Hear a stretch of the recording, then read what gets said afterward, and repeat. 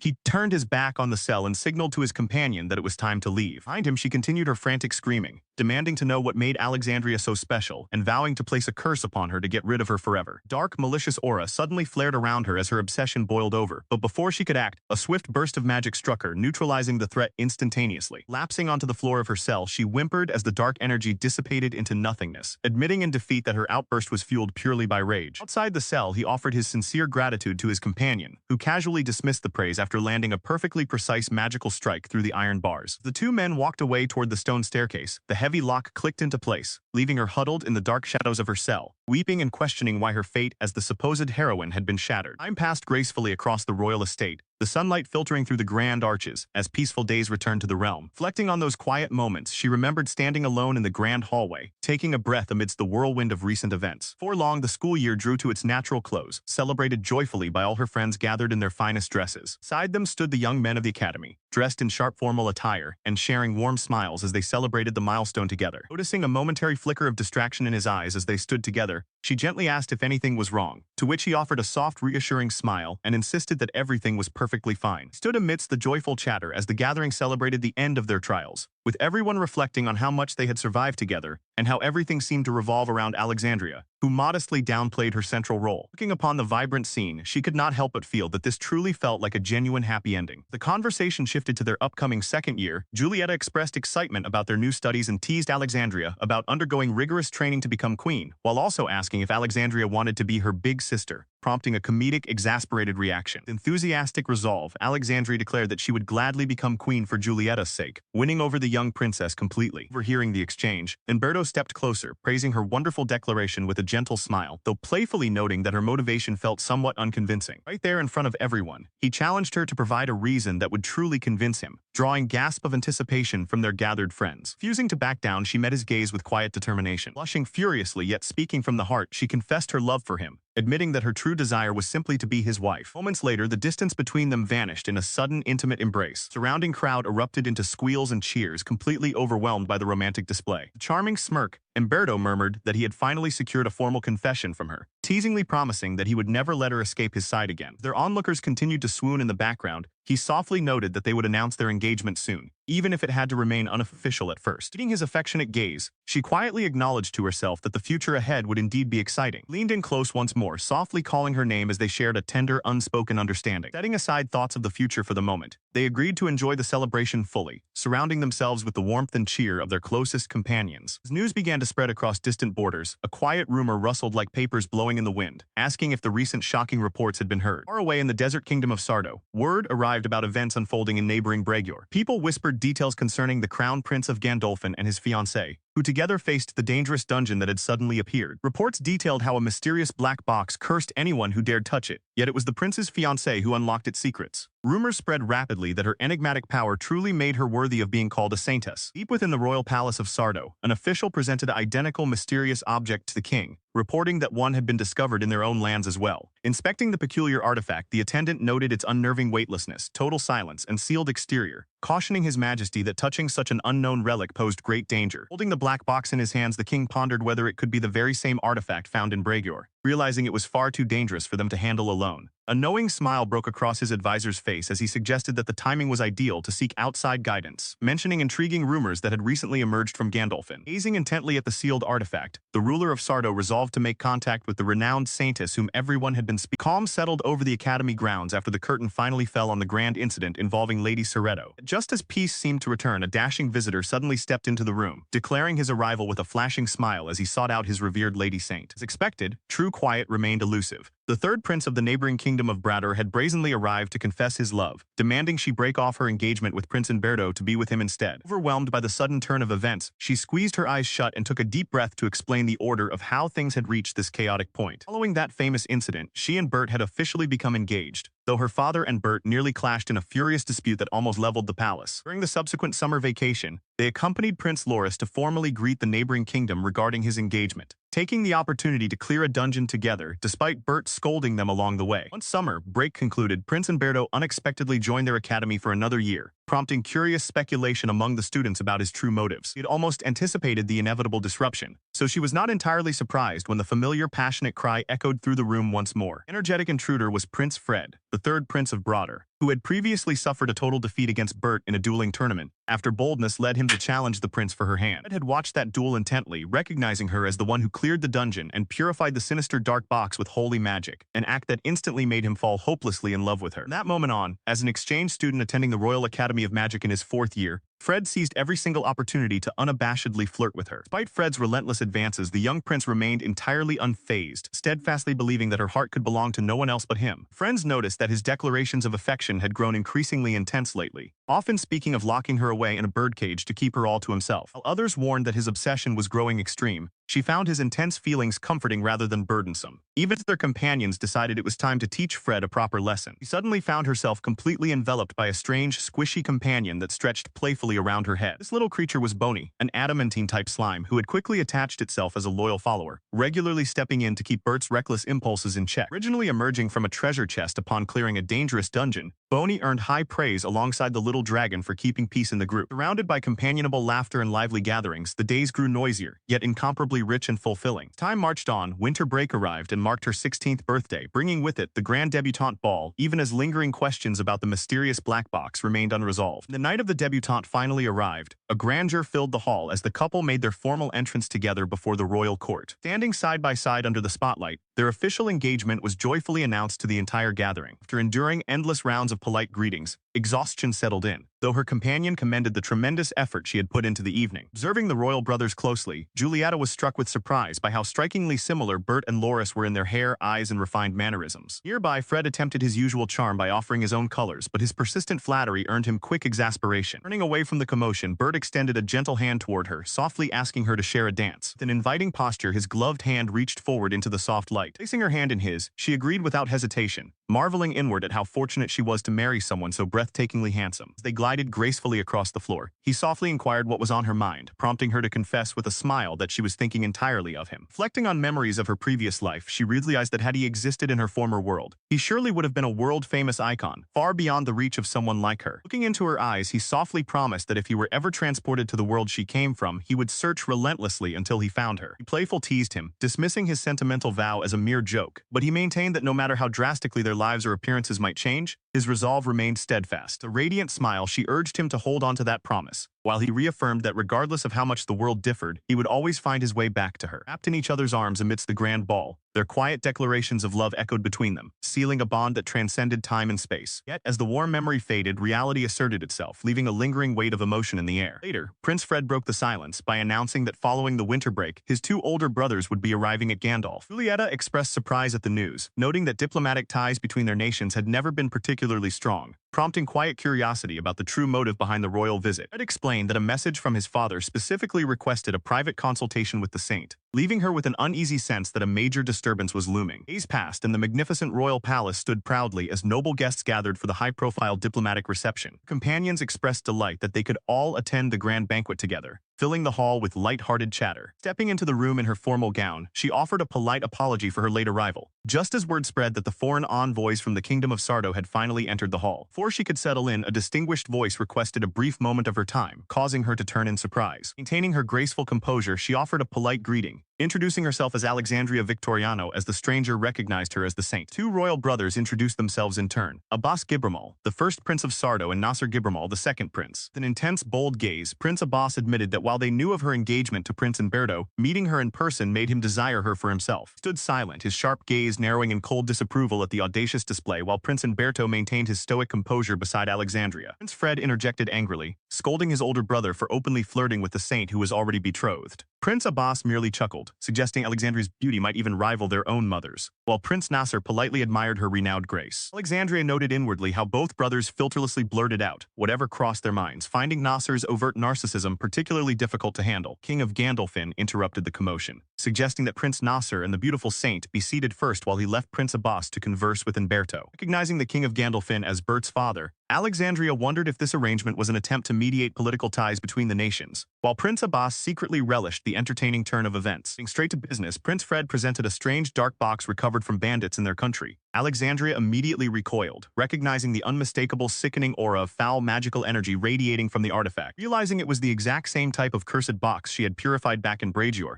Alexandria listened closely as Prince Fred explained how he wished for her to examine it further away from the crowd. Stepping out onto a secluded balcony, Alexandria called out for Custody, prompting the surrounding princes to look around in confusion. Massive winged shadow descended from the sky as Custody arrived, causing the princes from Sardo to gasp in utter astonishment at the sight of the legendary divine beast. Custody peered intently at the cursed box and growled in disgust, noting that its dark energy was even potent than the one encountered previously in Bragior, while Alexandria prepared her magic to purify it immediately. Having kept her divine beast's voice hidden from the Sardo princes due to a lack of trust, Alexandria listened as Prince Fred asked what she and her companion were discussing. As Alexandria confirmed that the box needed to be purified right away, Prince Abbas suddenly stepped forward and demanded she wait a moment. The dramatic smirk, Prince Abbas proposed that instead of purifying it blindly, they should unseal the box first to truly see what dangerous secret it held inside, leaving both Alexandria and Bert stunned by his recklessness. The gathered royals weighed their options. Bert proposed unleashing the mysterious contents of the box to settle the debate once and for all. While the foreign dignitaries deliberated, Ali quietly acknowledged that she had been underestimated, resolving to prove her capabilities. Seeing no reason to delay, Bert agreed to test the box as Prince Abbas had suggested, noting that neither Prince Abbas nor Prince Nasser seemed particularly eager to object. Princess Julieta desperately called out to Prince Abbas, warning him of the unseen peril should the dark energy consume him. However, Bert stepped forward without hesitation, declaring that he would be the one to touch the relic himself. Before anyone could stop him, he extended his hand directly toward the artifact. The moment his fingers made contact, an explosive wave of dark violent magic burst forth from the chest. Monstrous shadowy figures materialized from the erupting miasma. He remained entirely unfazed, calmly warning that failing to suppress the energy immediately would allow the darkness to swallow everything in an instant. Prince Fred, recoiling in shock, Ally screamed his name and instantly mobilized her holy magic, responding to his cue without a second thought. Across the courtyard, a brilliant cascade of holy light erupted against the suffocating, pitch-black energy that threatened to engulf the onlookers. Urging herself to move faster, she poured every ounce of her magic forward, overwhelming the shadow beast until the terrifying darkness was completely purified and shattered. The moment the threat dissolved, she sprinted across the stone floor toward him, him, while Prince Fred watched in stunned silence at the sheer magnitude of her power. Reaching him safely, she was met with a gentle, reassuring smile as he softly inquired if she had suffered any injuries during the sudden chaos. He pulled her into a warm embrace, praising her incredible holy magic. She rested against him, filled with intense relief that she had managed to keep him safe, while the foreign princes observed the intimate moment with quiet reverence. Turning his gaze back to the visitors, he calmly asked what they thought, now that they had witnessed both the terrifying force of the box and the divine power of the saint firsthand. Humbled by the display, Prince Fred spoke up to offer a sincere apology, confessing that he had behaved with disdain because he had severely underestimated both the dark artifact and her divine capabilities. Though she offered a kind and gentle response, Prince Fred suddenly took her hand, boldly asking if the saint would consider coming to his nation instead. At that exact moment, Bert's composure snapped completely. A dark, terrifying aura radiated from the crown prince as he declared his intent to make her his queen immediately, leaving her utterly bewildered. Stood firmly on the duel grounds, having been drawn into an unexpected clash after Prince Abbas's insolent behavior toward Ali sparked a challenge over who would claim the saint. Even the mild-mannered crown prince was visibly furious, leading directly to a duel between the two royals. Watching from the sidelines, Ali praised the prince's formidable martial skill, though she remained somewhat anxious since Prince Abbas's true power was still an unknown quantity after his swift defeat of Prince Fred. Any lingering doubts evaporated in an instant as the match was decided in a single lightning-fast strike. Prince Abbas collapsed to his knees, utterly crestfallen after being soundly defeated. Ali reflected on how Bert's swordsmanship far surpassed even Abbas's incredible strength, attributing it all to his tireless dedication and constant effort. Ceding his total defeat, Prince Abbas offered a sincere apology, admitting that he had severely underestimated Prince Umberto's true power. Turning next toward Ali, the foreign prince offered his humble apologies to her, as well for all the rudeness he had displayed. Grievances settled and respect earned, a warm, friendly atmosphere was restored between the kingdom of Sardo and its hosts. Formal feast continued smoothly afterward, filled with laughter and amicable chatter under the grand chandeliers. However, the peaceful interlude was short-lived. Prince Abbas leaned in unusually close to Ali, inquiring about the peculiar slime creature that had emerged from the black box. Ali gently cradled the strange metal-eating slime. Abbas casually suggested that she should come with him to the kingdom of Sardo. Ali immediately declined his invitation with a polite smile, while beside her, Bert's expression darkened into something terrifyingly intense. Unfazed by her rejection, Abbas pressed further, boasting of his own strength, wealth, and good looks, wondering if it was his existing wives that made her hesitant. Ali panicked internally, desperately trying to shut him down before Bert's looming fury brought about total disaster. Flustered and turning red, she tried to explain that his assumptions were completely wrong. Finally, before the foreign prince could utter another word, Ali declared loudly for the entire room to hear that she only wanted Bert. Face burned with overwhelming embarrassment as the weight of her bold, public declaration sank in. Meanwhile, Prince Fred excused himself from the intense atmosphere, stepping outside to catch a breath of fresh air. Having managed to slip away to the quiet garden pavilion, she let out a weary sigh, admitting how dangerously close she had come to losing control. He offered a fond, reassuring smile as he watched her newly sprouted fennec fox ears twitch in reaction to her lingering stress. She rested her head against his chest in heartfelt gratitude, thanking him for intervening before her heightened emotions led to disaster. Lingering curse from a mysterious box they had opened during their dungeon exploration in Brager had left her susceptible to temporary physical transformations whenever her emotions ran high. Dark magic from that ancient treasure had altered her body, causing fennec fox ears and a fluffy tail to manifest whenever her feelings were stirred. She felt terribly embarrassed whenever these beast-like traits appeared in front of others. She noticed his sudden hesitation and called out his name. Could not resist gently stroking her soft ears, whispering how adorable she looked, while she quietly pondered whether this strange condition would ever fade. Found his composure rapidly crumbling, his growing possessiveness making it increasingly difficult to restrain himself around her captivating form. Once her heightened emotions settled, her animal ears vanished, returning her to normal, though he couldn't help but express a mild wistful regret at seeing the cute form disappear. Stepping closer, he wrapped his arms around her and leaned in for a gentle kiss, suggesting that they finally return to the banquet hall together. The days that followed, the Sardo delegation extended their stay, and she found herself unexpectedly assigned to accompany them on various sightseeing excursions around the city. During one of their shopping trips, Prince Fred casually discussed selecting jewelry for his 3 wives, making sure each gift would be of equal value to avoid domestic disputes. He expressed her surprise at Sardo's polygamous customs, prompting him to clarify that while his older brother was a notorious womanizer, not every man in their kingdom shared that lifestyle. He confessed that he had not yet married anyone because his heart belonged solely to her, though she gently urged him to find someone far more deserving of his affection. Broke into light-hearted laughter, finding her candid honesty deeply amusing. Admiring her frank nature, he admitted that she was the only one ever to reject him so thoroughly, teasing that if she were not already betrothed to Lord Umberto, he would pursue her in earnest. She listened quietly, softly conceding that despite his bold manner, he was not a bad person. As a few days passed, the princes enjoyed their remaining stay in Gondolfin. Diplomatic discussions progressed smoothly, forging stronger bonds of friendship and cooperation between the two nations. It was ultimately decided that the delegation would return home, though Prince Fred intended to remain behind. Prince Abbas eagerly expressed his hope to formalize an official friendship treaty quickly, eager for unrestricted visits to the saint. However, Enberto remained stern and cool, reminding him that the recent hospitality was granted strictly because of the black box crisis and that future visits would not be arranged so easily. Hearing this, the prince conceded the point with an easygoing grin. Nasser quietly questioned his brother about treating the saint like a prized object, warning against provoking Enberto. Abbas assured him that he had no intention of making an enemy of the prince, yet remained intriguing by his desires. Meanwhile, the young woman felt an inexplicable sense of unease, sensing a strange shift in the air surrounding the kingdom and wondering if the mysterious black box was connected. As the delegation prepared to depart through the teleportation magic circle, Abbas cheerfully promised to visit again, though Enberto curtly dismissed the offer. So, as the Sardo visitors stepped through the portal and vanished into the light, she watched them go alongside Enberto, quietly noting that he seemed a little forlorn at their departure. The whirlwind visit of the Sardo delegation thus came to an end, and peaceful days returned once more to the kingdom. Yet, beneath the surface of this newfound calm, an unsettling shadow began to loom. Far away, events were rapidly set into motion. A young woman with dark twin tails gazed down at her device with a bright, triumphant smile, declaring her task complete as a sinister scheme. Surrounded by her cheerful schoolmates, Alexandria enjoyed a brief moment of camaraderie, even as her mind wandered to the absence of her closest companion, Ali. During the time the envoy from Sardo visited, Ali was away on leave, granting a brief period of quiet tranquility to those left behind. Soon after classes concluded, Ernesto sent word requesting her presence in the faculty quarters, sparking her curiosity as she wondered what could require her assistance. Stable Master explained that an agitated creature had recently been donated to the academy, and Ernesto recommended her special talents to help soothe the unruly beast. Stepping into the wooden stable, she approached the dark, restless horse resting inside the stall. Unsure if her powers would be effective, she hesitated briefly before sensing a familiar, troubling presence emanating from the animal. Noticing a dark aura similar to the mysterious black box, she realized the creature must be in severe pain from accidentally ingesting a corrupted item. Gently placing her hands on the horse's neck, a brilliant wave of light surged forth, purifying the dark corruption within. Stablemaster marveled at the miraculous purification, overflowing with gratitude, though Ernesto maintained a remarkably proud expression alongside them. The magical horse restored to full vitality. Attention shifted back to the troubling reality that these dark black boxes were appearing across multiple kingdoms. It was clear that someone somewhere was deliberately distributing these malicious items with dark intent. Over the next month, cross-border investigations were launched to track the spread, though few significant leads emerged. Then an unexpected formal missive sealed with wax arrived from an unfamiliar land. The message originated from Aroba within the Divine Kingdom, raising immediate concerns at the royal court. Addressing the gathered nobles and royalty, the speaker apologized for the abrupt summons brought on by the sudden message from a nation with virtually no prior diplomatic ties. He could only listen as the crown prince chuckled heartily, yet his jovial demeanor masked a deep simmering fury over the letter that dared to insult her status. Letter from the Divine Kingdom of Aroba boldly claimed that a true saint sent by the gods had appeared in their land 2 years ago, dismissing her as a mere fake. The formal message insisted that the confusion caused by an impostor insulted their faith, declaring their intention to visit and prove the splendor of their true priestess. Turning toward her, the prince asked how she wished to handle these insolent visitors who demanded to test her legitimacy. Without hesitation, she declared her readiness to accept the challenge, refusing to be looked down upon, even if she did not cling desperately to the title of saint. As news spread of the upcoming visit from Aroba's priestess, he gently held her hand, offering quiet reassurance amidst the growing chatter of the royal court. He looked forward to meeting another user of sanctity magic, hoping they might even become friends despite the grand expectations of those around them. Sitting beside her later, he admitted that his anger had been quietly burning for quite some time regarding the foreign kingdom's audacity. Shifting the topic, she gently checked on his well-being, acknowledging that while time had passed, she still cared deeply about his health. Embraced her tenderly, moved by her unwavering kindness and persistent concern for his recovery. In quiet moments alone, frightening visions from her past lives lingered in her mind, refusing to fade as the delegation's arrival drew near. The day finally arrived. The dark twin-tailed girl from the foreign delegation entered with cheerful enthusiasm, marveling aloud at the grand hall. Observing the visitor's traditional white robe and red skirt, she instantly recognized the attire from her memories of previous lives. Alongside the girl, a distinguished man in noble robes politely expressed his gratitude for being received at the court. Introducing himself as Archbishop Irian, he approached her directly, sensing a distinctive power within her, while presenting the young girl as Aroba's true priestess of salvation. She raised her hand with an energetic greeting, introducing herself as Lady Sumoka to the silent crowd. With an overly bright smile, the newcomer formally announced her role as the priestess of salvation, causing Alexandria to immediately recognize her as the exact type of personality she struggled to deal with. Seeing the bold presentation, Alexandria tilted her head in quiet contemplation while the delegates from Aroba stood proudly behind their priestess. Foreign priest explained that Sumoka had been summoned directly from another world by their god, serving as a unique vessel who alone possessed the ability to converse directly with the divine. Shocked by the revelation,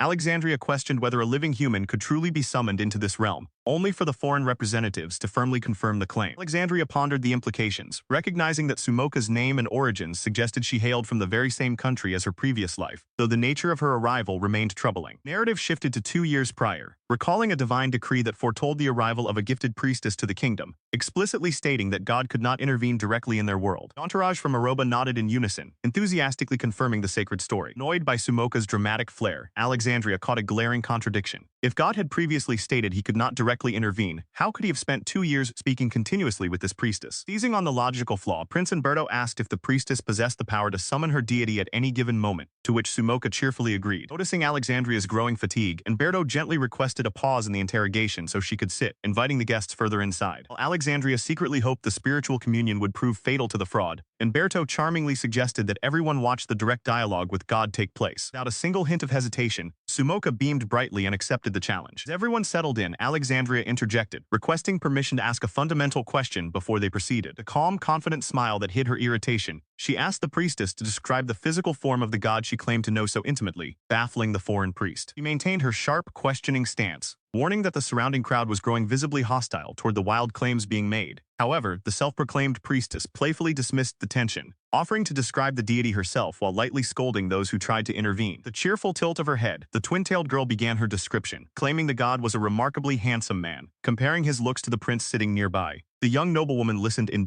silence, her expression flat and unimpressed by the vague, superficial account. The girl swooned over the supposed deity's astonishingly handsome and mysterious appearance. A shadowy, dark figure materialized in the noblewoman's mind. She stared ahead in utter shock and disbelief, entirely unable to reconcile the girl's romanticized description with the actual divine entity. The self-proclaimed priestess prattled on about her vision of a handsome, dark-haired god with mysterious dark eyes. Alexandria observed her closely, realizing that this description is entirely from the divine being who had granted her own blessings. Nearby, Lady Delphina struggled to hide her growing annoyance at the visitor's monotonous speech pattern, wondering silently how Prince Umberto could possibly tolerate such insolence. Glancing toward Lord Loris, Alexandria noticed that his countenance had darkened completely, radiating an intense and dangerous fury. While the twin-tailed girl flippantly criticized Loris's lack of patience, Delphina inwardly seethed at what she perceived as a complete fraud, barely holding back her rage as Loris's quiet indignation reached a boiling point. Before the tension could explode into open conflict, a firm voice interrupted the audience, requesting permission to bring the gathering to an end due to the priestess's severe exhaustion from her long journey. Stepping forward in pristine military attire was a distinguished woman, whom Alexandria immediately recognized as the first princess of the divine kingdom of Aroba. The single authoritative command, the impressive royal knight, instantly shifted the entire atmosphere of the room, leaving Alexandria struck by her striking grace. Surprise rippled through the onlookers as they realized a princess held the position of vice captain among the divine knights, while the young priestess reluctantly offered her formal apologies for the disturbance. The audience officially concluded. The visiting delegation bowed and retreated through the grand double doors of the hall. Later, back in private quarters, the twin-tailed girl collapsed casually onto a sofa, chuckling over how close they had come to bloodshed, while Alexandria remained convinced that this visitor had no true connection to the deity who summoned her. Questioned about her certainty, Alexandria explained that every single physical trait described from hair and eye color to the very gender of the deity contradicted the divine entity she had encountered. Small companion agreed entirely, noting a complete absence of divine presence from the girl, leaving them all shrouded in deep uncertainty. Following day, an attendant informed the group that the guest remained confined to her bed, resting for the entire day to recover from her weariness. Taking advantage of the sudden free time on the balcony, Alexandria enjoyed a quiet snack alongside her companion, contemplating whether she should have attended classes instead, when a sudden sharp noise startled them both. Curious about the strange rustling sound echoing from the courtyard below, she stepped up to the balcony edge to investigate the source. Stepping out onto the balcony, she paused in surprise upon discovering Princess Iron practicing intensely with a polearm all by herself. Watching from a distance, the young saintess wondered what kind of weapon the princess held. As she observed her focused stance, sharp precision and fluid grace, the princess executed a powerful strike through the air. Awed by the impressive display, she blurted out her admiration, catching the princess off guard as Iron quickly lowered her weapon in embarrassment. Apologizing for the intrusion, the saintess confessed how breathtaking the sight had been, though Princess Iron politely dismissed her concern and welcomed the praise. Overwhelmed by how charming and lovely the princess was up close, she could barely contain her admiration, while her companion teased her about drooling. Shifting her attention to the unusual companions, Princess Iron inquired about the creature resting on the Saintess's shoulder and the one held cradled in her arms. Saintess explained that her companions were a divine beast and a slime familiar, prompting Iren to recall rumors about the legendary creature. Upon seeing the creatures closely, Princess Iren's stern composure completely melted, her eyes sparkling as she declared them utterly adorable. Flustered by her own sudden outburst, the princess quickly tried to apologize, admitting that the combination of the Saintess and her pets was simply too cute to resist. Gently offering her divine beast for the princess to hold, the Saintess watched as Iren happily coddled the small black creature with a warm smile. Amused by the princess's endearing reaction, she realized just how delightful and surprisingly lively Princess Iren truly was. Intrigued by this new side of the princess, she decided to invite Iren to join her for an outdoor tea gathering. They enjoyed their tea together. She noted how Princess Iren, despite her cool exterior, secretly adored cute things and possessed no malice whatsoever. Conversation eventually turned toward political affairs, discussing how the church's influence had expanded since the arrival of the self-proclaimed priestess in the kingdom. He promptly apologized and redirected the conversation, offering a gentle smile as she noted that such heavy matters were hardly appropriate for a saintess to ponder. From that moment onward, Princess Iren deliberately steered their discussion toward lighter, less troubling topics. Peaceful atmosphere of the tea party soon gave way to the bustling streets of the capital. Strolling through the city dressed as ordinary commoners, she found herself enjoying an outing with Prince Bert. The townspeople gossiped animatedly around them, noting that the priestess of salvation had not been seen in public lately, leaving even Custody bored enough to return to his den. As they walked, he answered her earlier inquiries about her conversation with Princess Iren, confirming that the emergence of the priestess of salvation had plunged the divine kingdom of Aroba into serious turmoil. The population was now deeply divided between royal loyalists and church supporters, raising the grim possibility of an impending civil war. He urged her to remain calm for the time being, explaining that Aroba had never maintained formal diplomatic ties before and had even labeled her a fraud. Acknowledging her natural curiosity, he nevertheless urged caution while the situation regarding the saintess remained unresolved. He accepted his warning gracefully, reassuring him that she understood the need for discretion despite his strict tone. Relieved by her sensible response, he offered a gentle smile. Watching his soft expression, she felt a quiet wave of comfort wash over her. He explained that since she had invited him out on a date, he was determined to make the most of their beautiful day together. Hearing his direct words,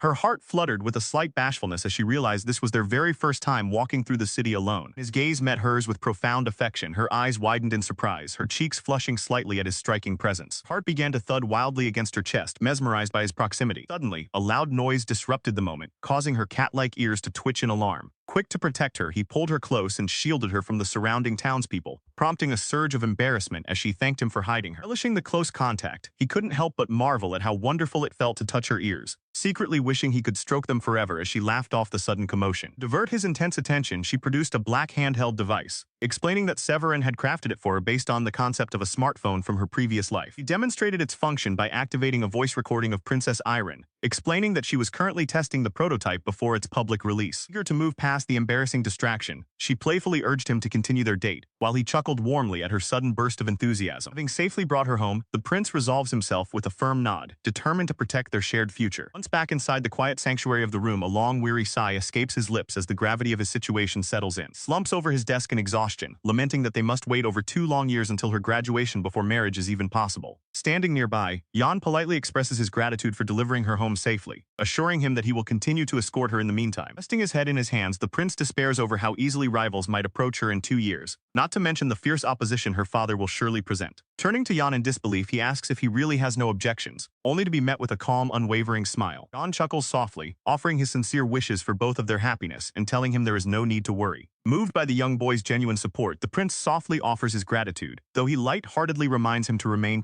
Next day, official discussions were slated to resume regarding the upcoming meeting with the Holy Kingdom of Arkba. With ample time left before the evening banquet, Alexandria decided to step outside for a brief reprieve, seeking a quiet moment away after yesterday's exhausting events where she had shielded the townspeople from the pouring rain using the sacred magical umbrella, earning overwhelming praise across the castle. Stepping out onto the training grounds, Princess Iren adjusted her footing, reflecting on how her simple desire to stretch her legs had attracted unexpected attention, though she found the exercise invigorating nonetheless. Approaching her guest from behind, she offered a warm morning greeting to the saint, admitting that she had anticipated finding her out in the open air. Seeing Alexandria alone, Iren gracefully offered to act as her sparring partner, suggesting it might bring them closer. Alexandria accepted with joyful enthusiasm, eager for the chance to train alongside a skilled fighter who possessed exceptional proficiency in polearm combat despite her delicate appearance. Their wooden staves clashed in rapid succession. Alexandria quickly realized that her opponent's reputation recognition was well-deserved, experiencing firsthand the formidable skill of one of Arkpa's 5 strongest warriors. The fierce exchange continued with thrilling intensity as both fighters pushed their physical limits, each quietly marveling at the other's extraordinary speed, precision, and mastery of the naginata. Suddenly, in the middle of their intense session, a pair of plush animal ears spontaneously sprouted atop Alexandria's head, leaving Erin completely dumbfounded as she pointed out the sudden physical alteration. Realizing that her hidden attribute had been exposed to yet another person,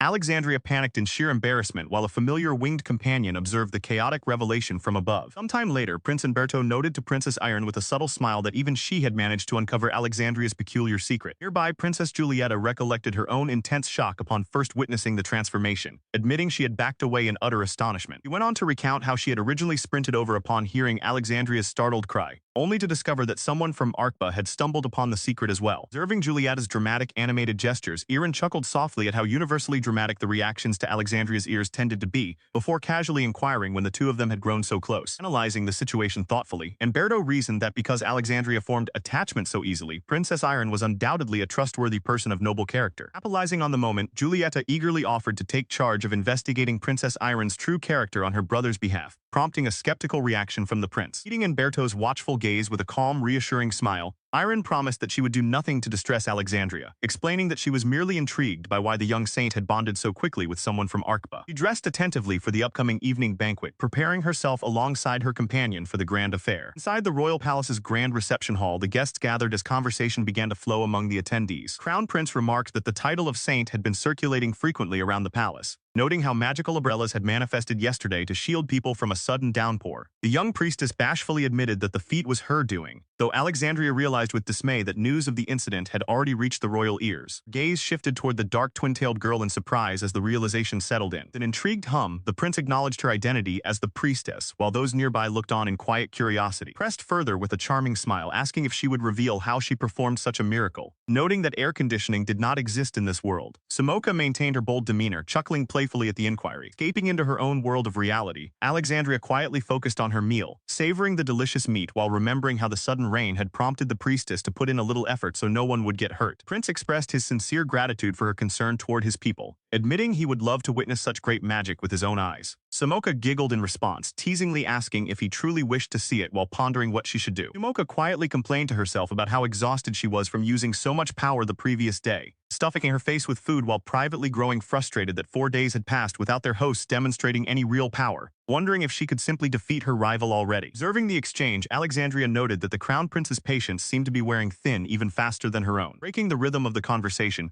Sumoka blurted out a sudden request, asking if she could be introduced to an attractive man. Unexpected outbursts left the table in stunned silence until the prince politely inquired about her reasoning, prompting her to ask about the foreign princes currently attending the academy. Alexandria recalled how the priestess had been summoned by what her world called God, granted a single wish in exchange for her service, which she used to request passage to a world full of handsome men to experience romance. He briefly suspected the priestess might be Lady Delphina in disguise, but noted that she possessed no charm magic whatsoever, nor did her charm earrings display any strange magical effects. He glanced over at the crown prince, calling his name softly as he fell deep into contemplative thought. As the crown prince remained preoccupied elsewhere, evening began to fall over the courtyard, leaving his fiancée standing alone and wondering when her brother might return so they could depart. Noticing Sumoka approaching through the twilight, she quietly stepped aside to avoid an unnecessary encounter. Deterred, Sumoka bounced over directly and inquired with wide eyes if she was truly considered the saint. Observing that neither the archbishop nor the foreign princess was nearby, Alexandria realized Sumoka had approached her completely alone, instantly shedding her polite front to reveal a far more abrasive personality. Alexandria called out her sudden change in posture and tone. Sumoka merely giggled, amused that her act had been seen through so easily. Curious about her background, Alexandria asked for her age, to which Sumoka claimed to be 16, prompting Alexandria to note that she would still be considered a minor in her world. Correcting herself, Sumoka revealed that she was actually 20 in her past life, recounting how she had worked a dull retail job after high school, fought with her boss, and quit in frustration. She admitted that after walking away from her former life, her only desire was to escape to a completely distant place. Sumoka casually explained that during her transition, she asked to be surrounded by handsome men and enjoy a thrilling romance, regardless of whatever trials might come with it. She described making this deal with a dark, sinister entity calling itself God, leaving Alexandria chilled by the realization that Sumoka's patron was entirely different from the divine entity she knew. According to Sumoka, this shadowy figure promised her that fulfilling her assigned duties would grant her the freedom to pursue whatever handsome men she desired in this new world. Alexandria silently reflected on how dangerous it was that Sumoka was directly communicating with such a malevolent being, treating its dark bargains as a mere game. Sumoka then complained bitterly about her initial placement, declaring it a total cheat that the previous region lacked handsome men entirely. She explained that after protesting to the entity, she was told draining her power would eventually transport her to a country filled with attractive men, though she acknowledged the political figures here were extremely dangerous. Grinning brazenly, Sumoka demanded that Alexandria break off her engagement with the crown prince, to which Alexandria instantly refused with an icy stare. She stood her ground without hesitation, meeting the priestess's petty complaints with absolute firmness. When Sumoka called her stingy and suggested that a noble could easily find another partner, she simply repeated her outright refusal. Sumoka merely smirked, dismissively calling her reaction cute before musing aloud that she might ask her god to erase her entirely. Her eyes narrowed as she calmly questioned whether that was intended as a direct death threat. Before the tense exchange could escalate any further, a familiar voice called out, announcing that someone had come to collect her. Seizing the opportunity, she excused herself and walked away, leaving Sumoka glaring silently in her wake. Joining Prince Umberto by the waiting carriage, he attentively inquired if her conversation with the priestess had gone smoothly. He reassured him with a composure that surprised even herself, explaining that although Sumoka had raised her voice, she managed to defuse the situation. He offered a warm, proud smile, praising her quick thinking. As the royal carriage rattled down the stone path, she settled into her seat, letting the quiet solitude of the ride calm her lingering thoughts. The following morning inside the royal palace, an unsettling discovery disrupted their routine. A fourth black box had been uncovered by the head chef during breakfast prep, prompting Prince Umberto and the gathered companions to examine the mysterious relic closely. Meanwhile, the small dark dragon happily munched on food while explaining that it had specifically sensed these strange boxes and sought them out, confirming they were certainly not present the previous afternoon. Lightening the heavy mood, the prince laughed and suggested putting royal guards on round-the-clock monitoring duty, though his light-hearted remark drew a playful protest. The creature grumbled loudly about its stolen mealtime and nap, prompting a sharp banter from the young men. She chimed in calmly, offering her own help if detection was required. Looking down at the black box, the dragon warned that this item also needed immediate purification. Focusing her thoughts, she prepared to channel her saint's powers to cleanse the malevolent artifact. High above the majestic royal castle, Alexandria clasped her hands together in deep concentration, channeling her inner light to cast a protective charm over the domain. Observing the companions stationed below, she confirmed that with Custody's guidance, the protective barrier had successfully deployed across the entire castle grounds. She realized that by spreading her magical aura thin like delicate leaves across the entire fortress, she could detect the presence of malicious black boxes acting as hidden sensors.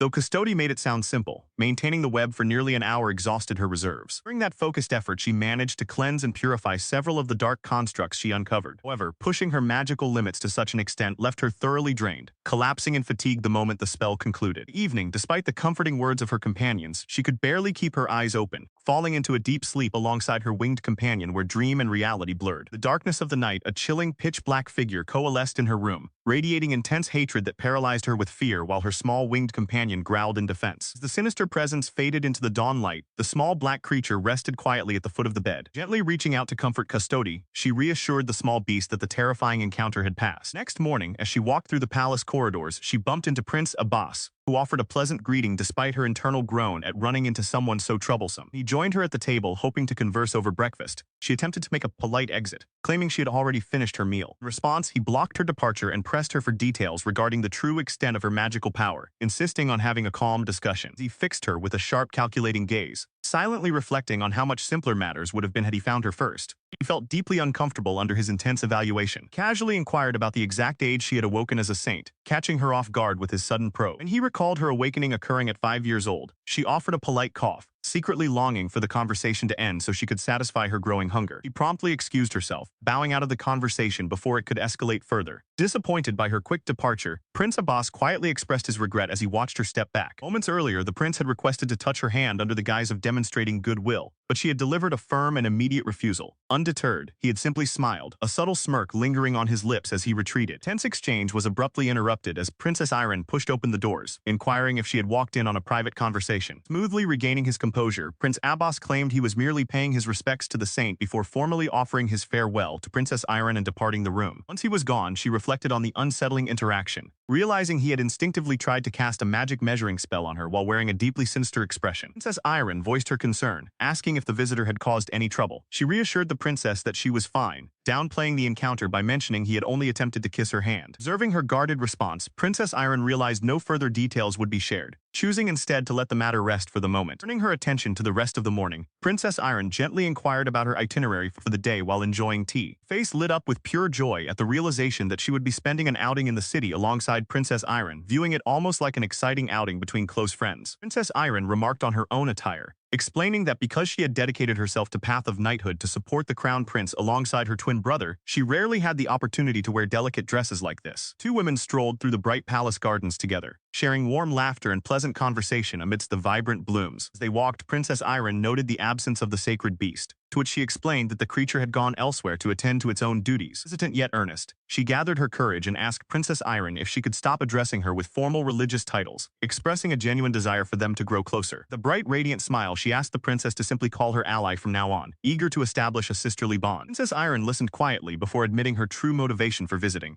to personally confirm whether she was indeed the genuine saint, as the rising influence of Gandalfin's priestess was exhausting her homeland, and only one true saint could exist in the world. She explained that regardless of the circumstances, her divine power had been granted directly by God, leading the sacred priest's custody to sense her presence and seek her out. Hearing this, her companion offered a warm, empathetic response, secretly delighted by how kind and genuine the young princess truly was. Apologizing for bringing up such heavy topics, she urged them both to relax and enjoy the rest of their time together, relieved that a true bond of friendship had formed. Meanwhile, in a private reception room of the royal palace, doors burst open abruptly as Prince Umberto hosted the visiting Sardo princes. Stepping up to the threshold, the two young women paused in confusion, wondering what could possibly be taking place inside. Upon spotting the saint, Prince Abbas greeted her with his usual flamboyant enthusiasm, welcoming her to the palace reception hall. Prince Umberto admitted he was the one who had summoned the foreign royals, while Prince Nasser explained that his brother had rushed over with immense excitement the moment the message arrived. Getting straight to the point, Prince Umberto bluntly instructed the two brothers to handle the self-proclaimed priestess of salvation from Aroba. Sudden request caught Prince Abbas off guard, while Prince Nasser immediately realized this covert task had been Umberto's plan all along. The calm smirk, the crown prince casually suggested that two such handsome gentlemen would have no trouble drawing close to the priestess to investigate her divine claims. Prince Abbas grumbled about the trouble of it all, and Nasser noted their looks alone wouldn't solve everything. Umberto remained satisfied with his calculated strategy. Inquiring about their exact objective, Prince Abbas pondered whether seduction was required, brazenly declaring his preference for either the saint or the beautiful princess at her side over anyone from Aroba. Flirtatious remark instantly provoked a lethal response as Prince Loris drew a blade to his throat, forcing Abbas to frantically retract his words and yield to the stern warning to stay away. Stepping in to smooth over the tension, Prince Nasser offered a polite apology for his brother's brazen behavior, which Princess Iron graciously accepted. Order restored, Prince Abbas settled back on the couch and admitted seriously that they possessed virtually no reliable intelligence regarding the mysterious kingdom of Aroba. Offered his sincere apologies as the group gathered to review their options. Princess Iron frankly admitted her disdain for the gloomy nation of Aroba, noting that even trading merchants dreaded traveling there, while Prince Nasser expressed skepticism regarding reports of the priestess directly contacting a deity. Appreciating his candor, Princess Iron set the matter aside, allowing Crown Prince Umberto to steer the conversation toward their next strategic objective. Unfazed, the Sardan prince slyly noted that Iran's beauty easily rivaled that of the saint, openly suggesting she would be a welcome addition to his court at any time. Turning his charming maneuvers elsewhere, he glided over to Lady Sumoka, catching her off guard with an affectionate and sudden display of closeness that left the young priestess thoroughly startled. Showered Sumoka with lavish praise, commending her bravery for traveling to another world and poetically comparing her dark eyes to the night sky, a rare treasure of the realm. Princess Iron observed quietly, noting the distinct privilege of bonding with someone capable of communion with the divine, while Sumoka flushed in complete bewilderment. Watching from a short distance, Alexandria quietly observed the prince's effortless charm offensive, thoroughly amused by his sheer lack of hesitation. Sumoka pleaded for him to stay by her side. He gently excused himself, explaining that duty called him to a treaty discussion with Gandalfin,